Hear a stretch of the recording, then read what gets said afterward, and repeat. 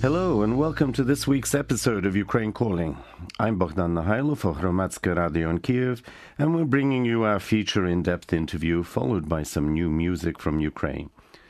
This week's interview is with historical theologian Professor Jaroslav Skira. Marta Dyczok asks him about the background and significance of the newly created Ukrainian Orthodox Church. Ukraine hit the international headlines again, but with a good news story. It created an independent Orthodox church on Sunday, the 16th of December. To explain how this happened and what it means, we have with us Professor Jaroslav Skira. He's the leading expert on Eastern Christianity. He's the acting director of the Metropolitan Andrei Sheptytsky Institute of Eastern Christian Studies at the Faculty of Theology at St. Michael's College at the University of Toronto, and he's also associate professor of historical theology at Regis College. Thank you very much for finding the time to speak to us, Professor Skira. Thank you very much. I'm glad to be on the radio with you and to make your acquaintance. Thank you. Now let's start with the what. An event happened in Kyiv last Sunday that some are calling historic. Can you remind our listeners of Hromadske Radio's Ukraine Calling exactly what happened? On December the 15th in St. Sophia Church in Ukraine, a unifying sobor or council happened that had brought together a number of Ukrainian Orthodox bishops, clergy, and laity towards the healing of schisms that have been plaguing the Ukrainian Orthodox churches over the last 100 years. And this essentially was an attempt to bring these various churches and clergy and laity into a unified structure. And here, when I talk about a unifying council, I'm referring to the three major jurisdictions in Ukraine, which was the Ukrainian Orthodox Church of the so-called Moscow Patriarchate, and then there were two other churches called the Ukrainian Orthodox Church of the Kyiv Patriarchate and the Ukrainian Autocephalous Orthodox Church. And those last two were seen as being in schism by global Orthodox Christianity for many years. Sorry to interrupt. Can you explain to our listeners why there were three Orthodox churches in Ukraine until now? And what schism is? Okay, certainly. Ukraine had been attempting for many years to establish nationhood, and with that nationhood was an attempt to establish a singular Ukrainian Orthodox Church on the territories of Ukraine. And these attempts date back to the 1920s, right up to today. And what had happened in most recent times is that because of the Soviet Revolution and the rise of communism and the Soviet Union, the Ukrainian churches, both the Orthodox and the Eastern Catholics, were suppressed and subsumed under the Russian Orthodox Church. And it was only until the Ukraine declared independence in the 1991 that there emerged a Ukrainian Orthodox Church that would be proper to Ukraine. And that church began to seek independence from the Russian Orthodox Church, and through various attempts at independence, or what we would call autocephaly, that is self-governance, there were disagreements among some of the clergy and with Moscow, which led to schism, which basically means a division within a church. And part of that group remained faithful to being in communion with the Russian Orthodox Church. And part of the group formed what is known as the Ukrainian Orthodox Church of the Kyiv Metropolitanate, or the Ukrainian Autocephalous Orthodox Church. And it's those last two churches that were considered to be out of communion or in schism with the rest of Orthodoxy. What does that actually mean? Sorry to interrupt. They're out of communion, out of schism. Does that mean they're illegal, illegitimate? And again, why? There's the Russian Orthodox Church, and then there's these Ukrainian Orthodox churches that are in schism. Explain what that actually means. basic principle of unity within Orthodox Christianity is that a church is canonical. By canonical means it is recognized by the other churches. It's recognized the celebration of sacraments. You can go from one church to another church and take the Eucharist and pray with them. But being in schism or division means that you are not recognized by these other churches. And so it's a form of disunity. And if you use a modern analogy from politics, it's like one state not recognizing the existence of another country and not recognizing its borders or its government. And that's what effectively happened to a significant portion of the Ukrainian Orthodox faithful in Ukraine. And this unifying council on December the 15th was meant to heal those divisions and to bring those various groups into a recognized canonical body. Thank you. That actually explains things really clearly. So why did it take so long for this to happen? Ukraine declared independence in 1991, and this unification happens in 2018. What were some of the obstacles? Why did it take so long? Part of the issue has to do with Ukraine as an emerging state or country after the fall of the Soviet Union. In many ways, it was still under the control of the kind of the colonial imperial powers of Russia. It was still learning to walk on its own feet. And so you not only had this kind of remnants of imperial Russian colonialism, but you also had the same thing within the church structures. But in the 1990s, there were attempts to establish an independent Orthodox church, and those attempts failed. That's kind of where we are today. You didn't have unanimity among the various Orthodox clergy and bishops. You didn't have the goodwill amongst those who are in the Russian Orthodox Church and in the Ukrainian Orthodox Church to establish a distinct structure. And Ukraine was still a developing nation. So really, the process that we see today is a process of maturation, where you have not only the state reaching a point where it recognizes it wants to affirm its membership within the European Union, it wants to rid itself of corruption, it wants to function in democratic means. It also wants to shake off the tutelage of any influence from Russia.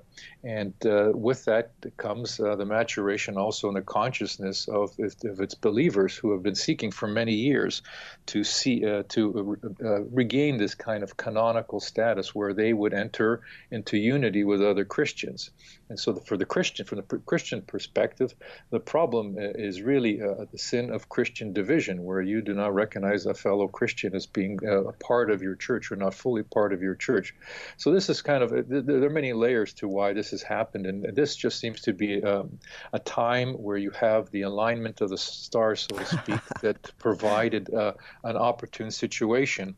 And part of the opportunity is really something that had backfired for Russia and for the Russian Orthodox Church.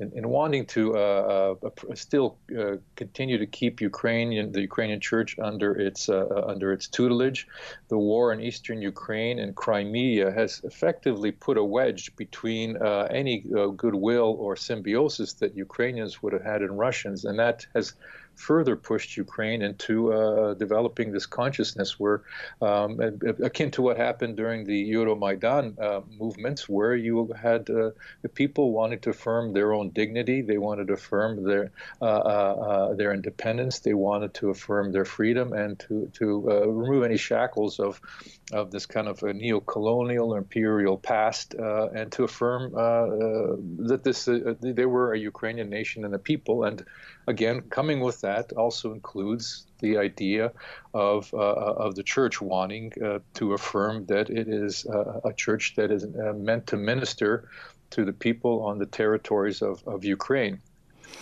Well, politics and religion have a very close relationship, as you've just been saying.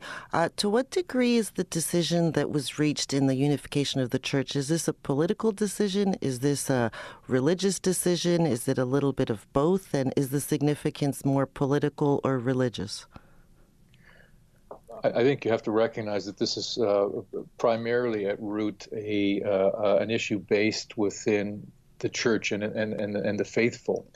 Here you have the churches wishing to affirm that they are a distinct entity within global Christianity, that they want to minister to their own faithful, that they want to be in union with other Christians. And so this is part of a broader kind of movement within global Orthodoxy. It's also a political issue because this is a way where the Ukrainian Orthodox Church and Ukraine itself will see itself as kind of casting off any vestiges of soft power or influence that the Russian government and the Russian Church would have in Ukraine. And so this unifying Sobor, it was held in St. Sophia, which is a very symbolic place because in Constantinople or Istanbul, there is this major church also called St. Sophia, which was traditionally the center of the Ecumenical Patriarchate. And the Ecumenical Patriarch is really kind of exercises a leadership role within all of the independent Orthodox churches. And he's recognized as a senior and elder among the Orthodox churches. And this was also recognition on the Ecumenical Patriarch's side that he must do something to heal this schism and division within global Christianity, within global Orthodox Christianity. And so that's, like I said before, this is a kind of an alignment of all of the stars in the situation that had come to the fore that really brought this church to this council.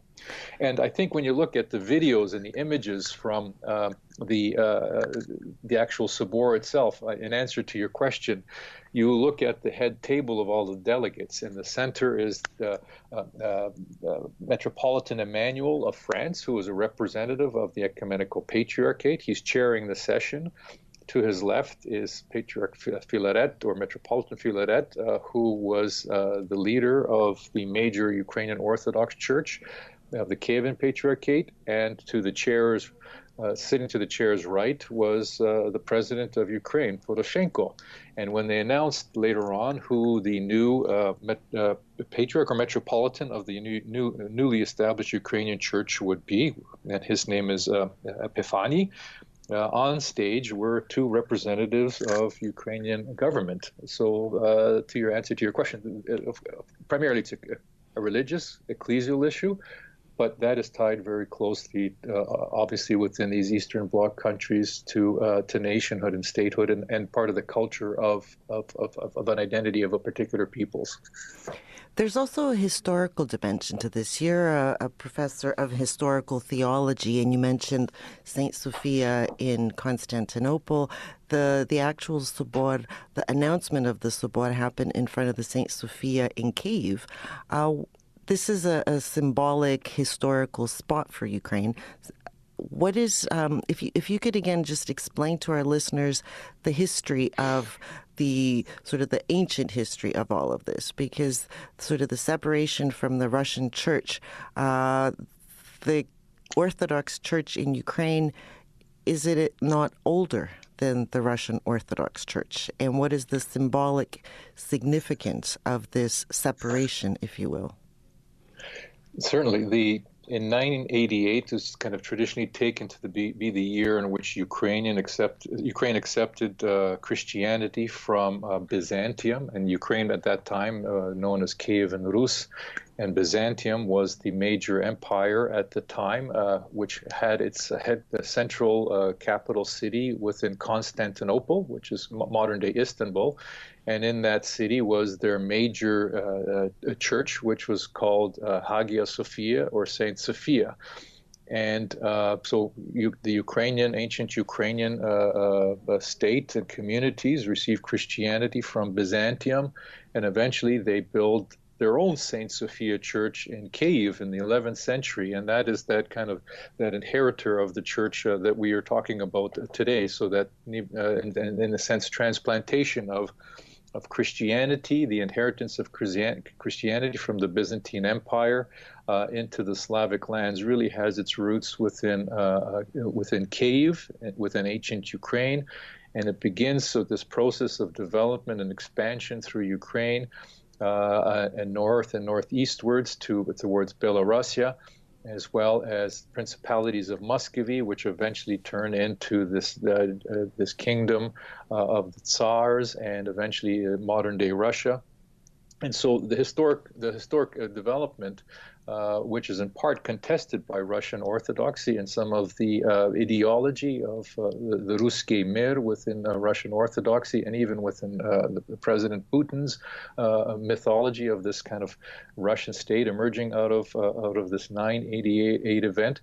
In reality, the history and the historical origins of Christianity in Ukraine, in Russia and Belarusia are really traced to their roots in Kyiv, in Ukraine.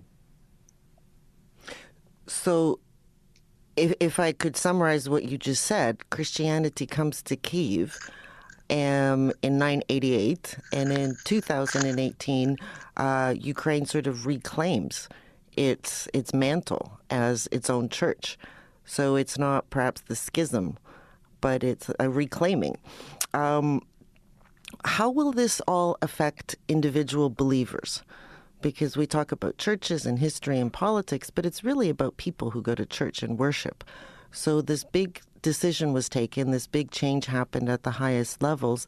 In what way, or will this affect the way people are worshiping or people who are in these Orthodox parishes? I think the primary reason for any attempts to heal disunity or schism in a church are so that one can be in unity with other Christians. And you had these multiple jurisdictions, villages which had 2 or 3 churches, and even families that were split amongst various jurisdictions. And formally, they could not participate in each other's weddings, be baptized by their priests, or intermarry or receive the Eucharist. And for Christianity, these are important markers of Christian unity. So at that level, I think believers will begin to see that there is this attempt, this unified church, which restores these dimensions of communion. And there's a caveat to that, because the Ukrainian Orthodox Church of the Moscow Patriarchate and the Russian Orthodox Church has formally broken off communion with the Ecumenical Patriarchate and anybody associated with the Ecumenical Patriarchate. So this is in Constantinople, yeah? Yes. So in effect, the Russian Orthodox Church has introduced a formal break in communion or schism as a result of these unifying attempts by Constantinople and Kyiv to heal the schism.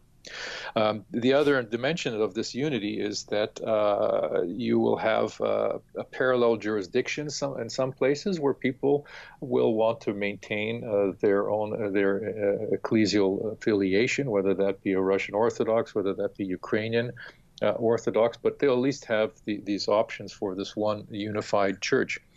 They may notice some differences in the commemoration of which bishops get commemorated in the liturgy. Some of the churches will be adopting modern Ukrainian vernacular, and some will retain the older Church Slavonic, which was used in parts of the Ukrainian Orthodox churches. And some will actually may even use Russian, but again, the whole point of all of this is to say that there will be perceived differences amongst these believers. But as with any major changes like this, these may take some time to really trickle down into the consciousness of the individual believers.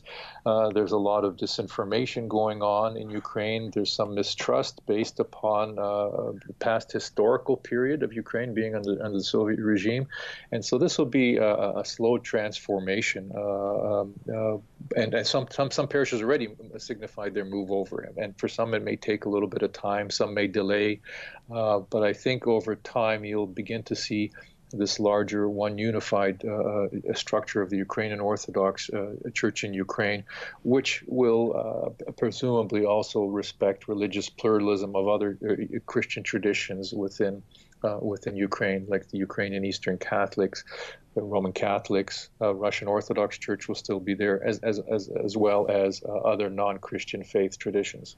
Professor Skira, you've been organizing a very interesting series of talks at the University of Toronto on this issue of Orthodoxy and the Ukrainian Orthodox Church. Something that I learned was that in the Orthodox Church, parishes have decision-making power that perhaps other churches like the Catholic Church have less so. Can you talk a little bit about what was happening at the parish level in the lead up to this unifying gathering, the Sobor. And if you have a sense of how many parishes were in favor of this unification and what we actually saw at the Sobor, how many parishes from the church that was loyal to the Moscow Patriarchate joined this unified Ukrainian church?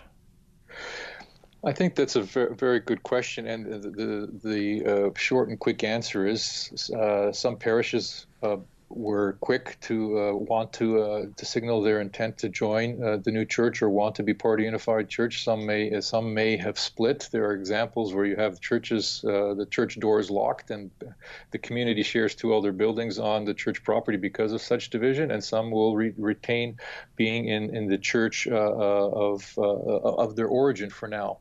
In terms of history, one must recognize that what has happened now up to fairly recently has been happened fairly quickly in terms of historical time. We're looking for a period that began really in April, in the spring of this year, which really reached a climax in September, and then formally reached kind of a clarity with this unifying council in December. That's quite amazing for an Orthodox church or any church to move that quickly. It certainly is, and so it's too difficult to say, and I think we need a little bit more information for what's happening. I think some churches may wait still to move over, and I think it's important to remember here that this unifying council has not quite finished its work. December 15th was the council that had elected Metropolitan Epiphany as its primate. That primate had a speech where he welcomed others to join in Christian union within this newly erected church, the Orthodox Church of Ukraine, which is its formal title.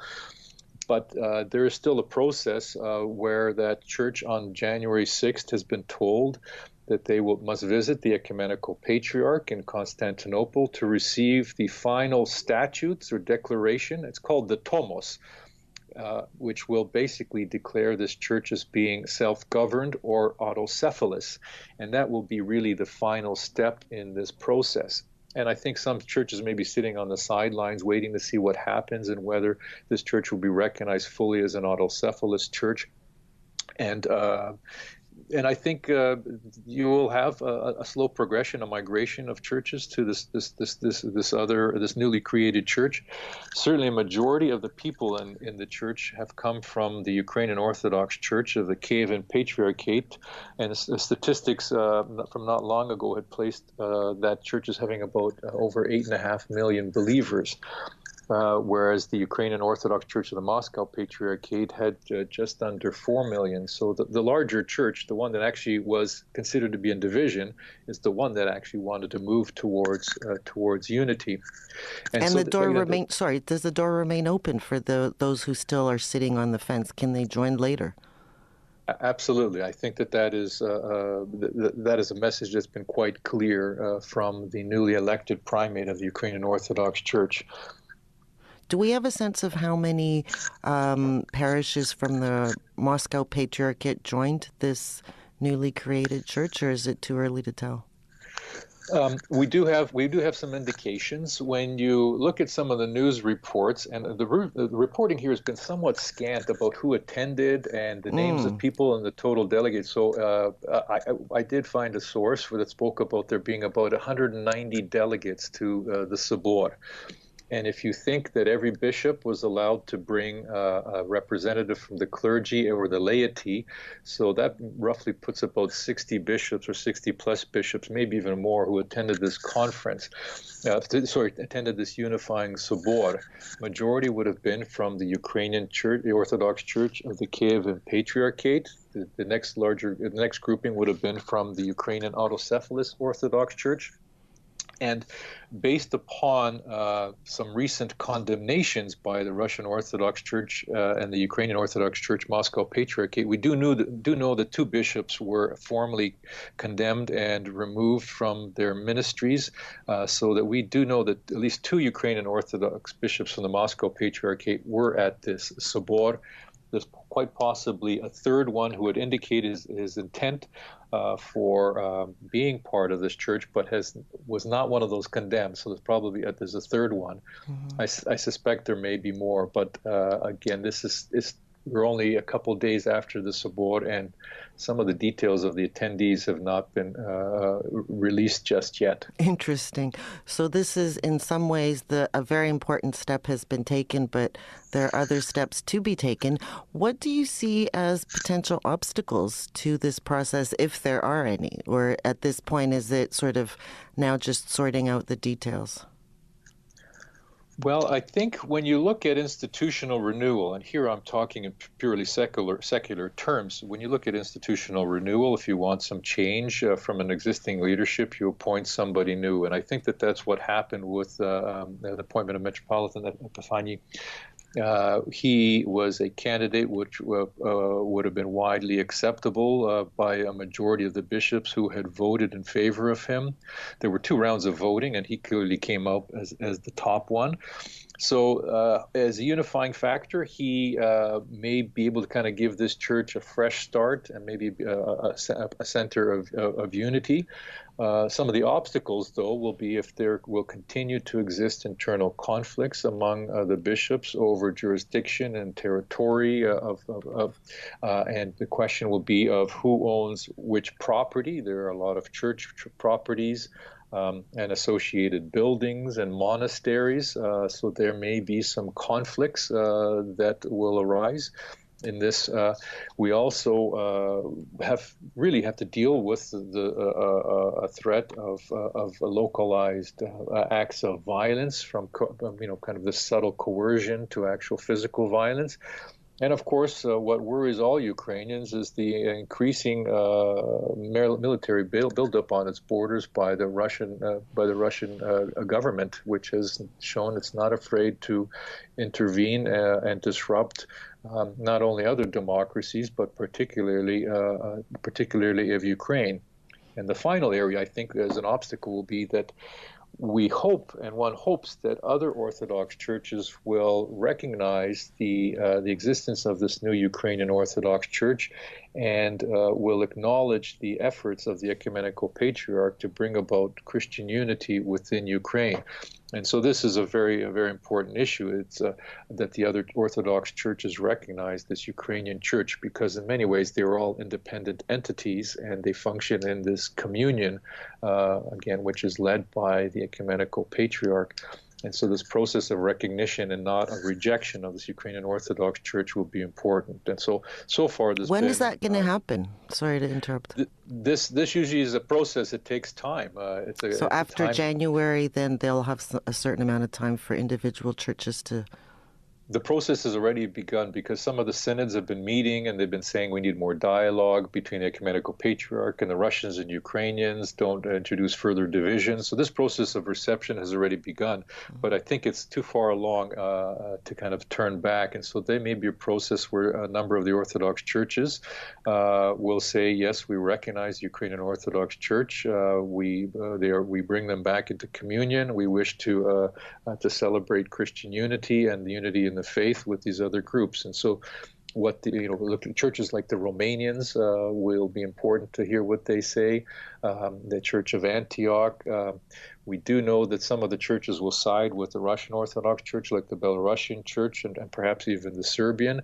But it's an important, again, I go back to my analogy of political states. To recognize the borders, the existence of a government requires a recognition by other entities. And once you're recognized, then you can start functioning and being invited to councils, and you can pray together, and you can exist in harmony. And this is kind of that, if you would pardon kind of that secular analogy of me bringing into this, this will be a process. Again, as I said before, this has been a very quick process from April until now, leading up to it. In some ways, it's a brilliant process done by the Ecumenical Patriarch, because it's unfolded in steps.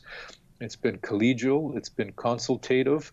There's been a lot of lobbying on both sides, particularly on that of the Russian Orthodox side, which really has been in opposition to the granting of Ukrainian autocephaly. And I think it's important to point out that the Ukrainian Orthodox Church Moscow Patriarchate has never formally itself in recent times asked for independence, and it's constantly asking for the ecumenical patriarch not to interfere in its affairs, but it's still is functioning as kind of this a subsidiary seat to the Russian Orthodox Church. Mm-hmm. Thank you for that analogy of the sort of a new state declaring independence, requiring recognition. I think that clarifies for people who are not religious experts. I have 3 more questions for you, but I don't know if we'll have time for all of them. So I'll throw the questions at you and you answer whichever ones you want. I'm very curious what your assessment is of the newly elected head of this Ukrainian Orthodox Church. This is a young man who has a lot of energy, but perhaps unknown for many listeners. The other thing is, what do you think will happen with the monastery of the Caves, the jewel of the crown of the Ukrainian Orthodoxy, the Orthodox world? And thirdly, what, if any, actions do you expect from the Russian side? Well, from the Russian side, the reaction has already come. They've had their own particular sabor or councils, and they've condemned the activities in Ukraine, and they won't recognize this Ukrainian Orthodox Church. They've already effectively said that they're breaking communion with the ecumenical patriarch and everybody who's associated with them. And so this kind of shows you a disagreement or conflict between the ecumenical patriarchate and Russia. Politically, again, I've alluded to the fact that the threat of violence from Russia is still very much a reality for the Ukrainians. As for the newly elected Metropolitan Epiphany, he comes from a church in an area that's not too far from Kyiv, and he's the Metropolitan of Peroslavl and Bielotserkva. And historical sites. This would be an area, an episcopal area, mm-hmm. where he would reside and have ministry. But he was also a member and an abbot within in the monastery there, and then as a rector of the Kyiv Theological Academy. So he has some leadership qualities. Clearly, he has many leadership qualities. If others had recognized that he should be the patriarch of the church. And it's also a somewhat risky move given his relative youth. Oh, I think it's a great move. I think it's a great move. I mean, do you remember how old Filaret was when he was appointed? Indeed. 37. Indeed, so he's older than Filaret was when he was appointed. Indeed. So there'll be many years of him being at the helm of the church, and hopefully that energy that he has in his relative youth will translate into an energy that will reinvigorate the Ukrainian Orthodox Church. Mm-hmm. And you had that third question? About the monastery of the Caves, Pecherska Lavra. What, if you have a crystal ball, what do you see happening with that? I think, mm-hmm. there are the Pechayska and Pecherska Lavra are kind of the two holy sites within Ukraine, and currently they have been delegated to the Ukrainian Orthodox Church of the Moscow Patriarchate, which I think for the interim basis will continue to exercise their stewardship over those areas. Some of those buildings on those two sites, however, are not in the possession of the church, and they are rather state-controlled, mm-hmm. or state-owned. And so I think what the Ukrainian government and the Ukrainian church will probably do is to affirm their right to these sites. And I think over time, the churches that are not directly part of the Ukrainian Orthodox Church will be slowly asked to move and to relocate elsewhere. Well, let's hope that all happens peacefully. Is there anything you'd like to add? Because I've asked you a lot of questions. Maybe I forgot something. I think we've covered most of the points that I would have wanted to cover.